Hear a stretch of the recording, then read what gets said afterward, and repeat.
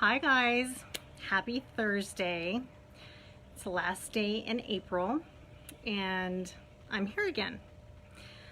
I'm Rachel from Charlotte Behavioral Health and I am popping in to check in on everybody, see how you're doing and make sure everybody's hanging in there, and to talk a little bit about mental health.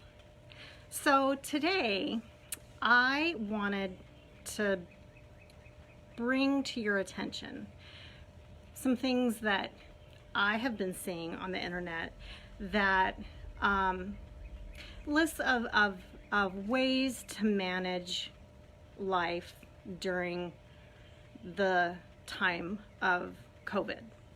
So there's a lot of lists out there about what you should do, what you shouldn't do. Some of it it is kind of questionable. I think that there are great intentions behind a lot of this information, but I also think that there are a lot of extra demands that we have on ourselves already.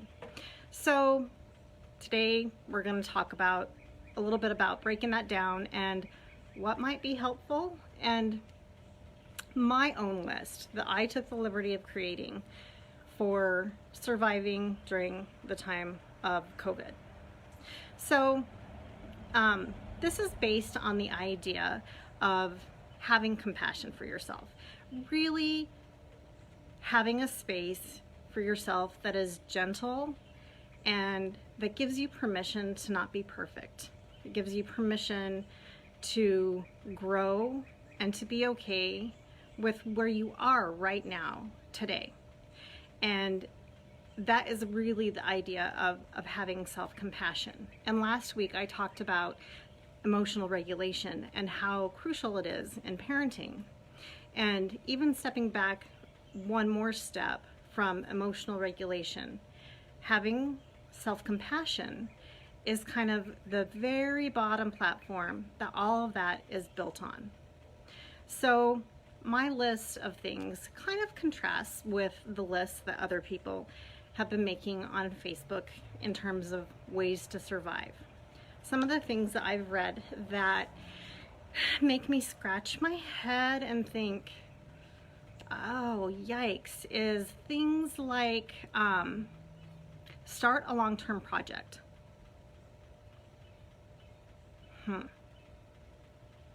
So okay, maybe that might be a helpful thing to do, but I really feel like we have enough pressure just to kind of get through the day right now. So maybe starting a long-term project isn't the best idea. Maybe you can put that off for a while and not put that pressure on yourself. Just a thought. Another idea that I have seen is encouragement to learn a new skill. So when do we do that? Between working from home and trying to figure out all the technology, between parenting, making sure our kids are getting educated, when we're trying to actually be with our family in just a normal setting, enjoy a meal or something like that. So where does that fit in? And again, for some people who might have extra time on their hands, great tip. But I think it puts a little pressure on you. Also, some people don't have the funds right now to buy things that will permit them to be creative and create new things, learn new skills. So those are two of the things that I've seen that are questionable. The other thing that has kind of made me laugh is the suggestion to dress for the social life that you want, not the social life you have. I'm already doing that because my social life does involve pajamas on a regular basis. For a lot of you though, that might be some additional pressure you just don't need. So again, this is being kind to yourself. This is a time for self-compassion, place of gentleness and approaching yourself with the idea that you don't have to be perfect. You don't have to be changing and revising your life during this time just because it appears as though you may have extra time that you might not ever have again. And really, I think that just experiencing and living through this period of time is growth enough. We'll come out with a lot of new skills that we won't even recognize as being new skills. So again, I took the liberty of creating my own list, and I'm going to share that with you now. I just have to open it up here so that I can read it. Okay, so this is the list that I put together as things that are based on having compassion for yourself and maybe relieve the pressure to do, to achieve, to be busy, because I don't know if any of that's helpful. It might be, and it might not be. You get to decide. So the first thing on my list is try to be kind. And if you can't be kind, try not to be a jerk. And again, especially to yourself, try to be kind to yourself. The second thing on my list is if you have been a jerk because the world is turning upside down and everything is confusing, apologize sincerely and move on.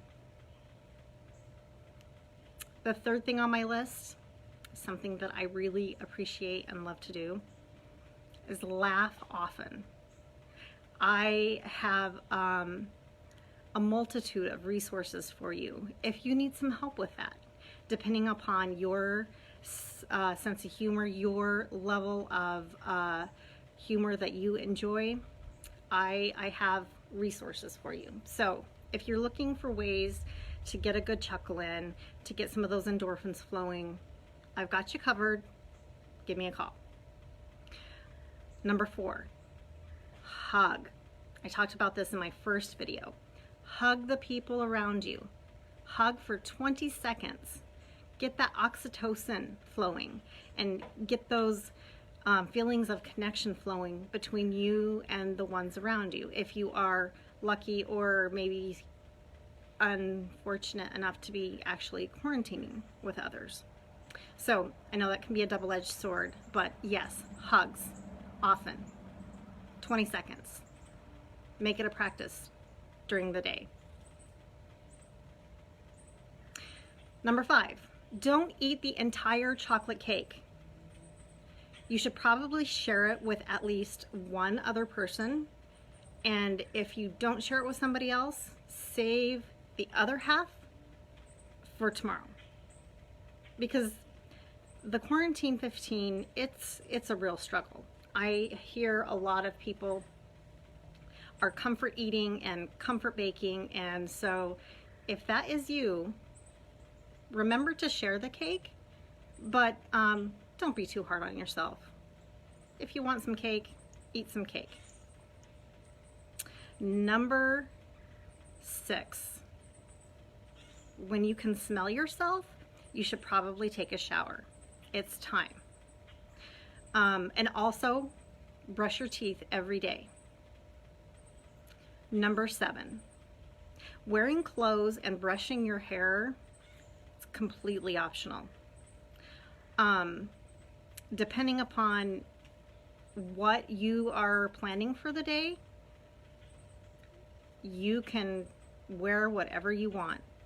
And that kind of contradicts the other advice on some of the things that I read about get dressed, put on your makeup, just like you would as if you were living your normal life. I'm calling shenanigans on that one. I don't know. I think that it's okay. If you want to stay in your PJs, go ahead. I've seen people on live TV who are also not following the idea that they have to get entirely dressed. And there was a guy on, I think it was Good Morning America the other day, and he had his suit and his suit top and his shirt on, and he didn't have any pants on. He had some shorts on, and I was feeling mortified for him, but at the same time I thought, oh wow, that is actually something I could totally see myself doing, And I hope that he can laugh at himself, because we all are learning and we're all just stumbling through this life, figuring it out together. And so I hope people can laugh at him and with him, and yeah, more with him than at him. Number 8. This period of time is about making it through.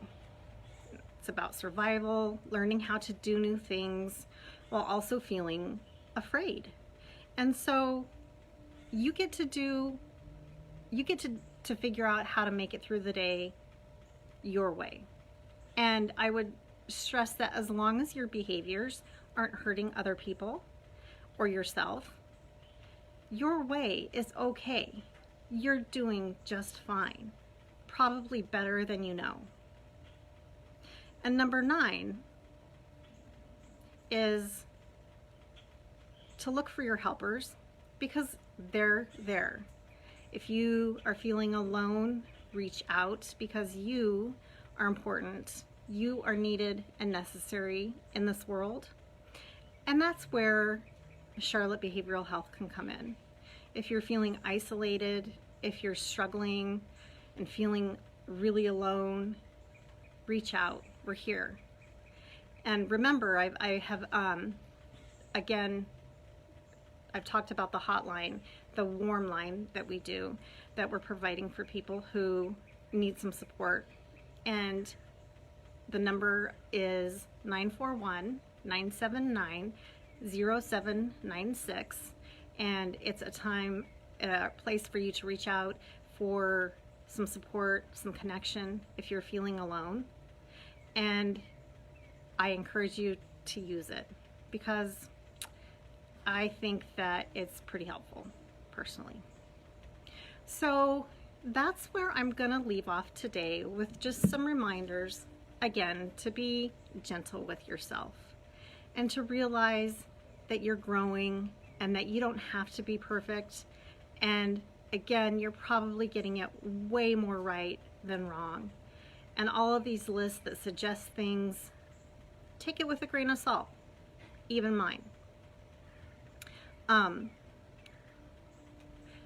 Again, this is going back to the idea of having compassion for yourself, being the fundamentally basic idea of building other relationships. When you can have kindness towards yourself, and when you can have a growth mindset and give yourself permission to not be perfect and to laugh at yourself, your interactions with others will improve. And that's all I have for you today. I don't have a rogue cat trying to make an appearance or barking dogs. So I will sign off and wish you a wonderful week as we head into the next part of this COVID journey. And remember to reach out if you need some support. Thanks, guys. Take care.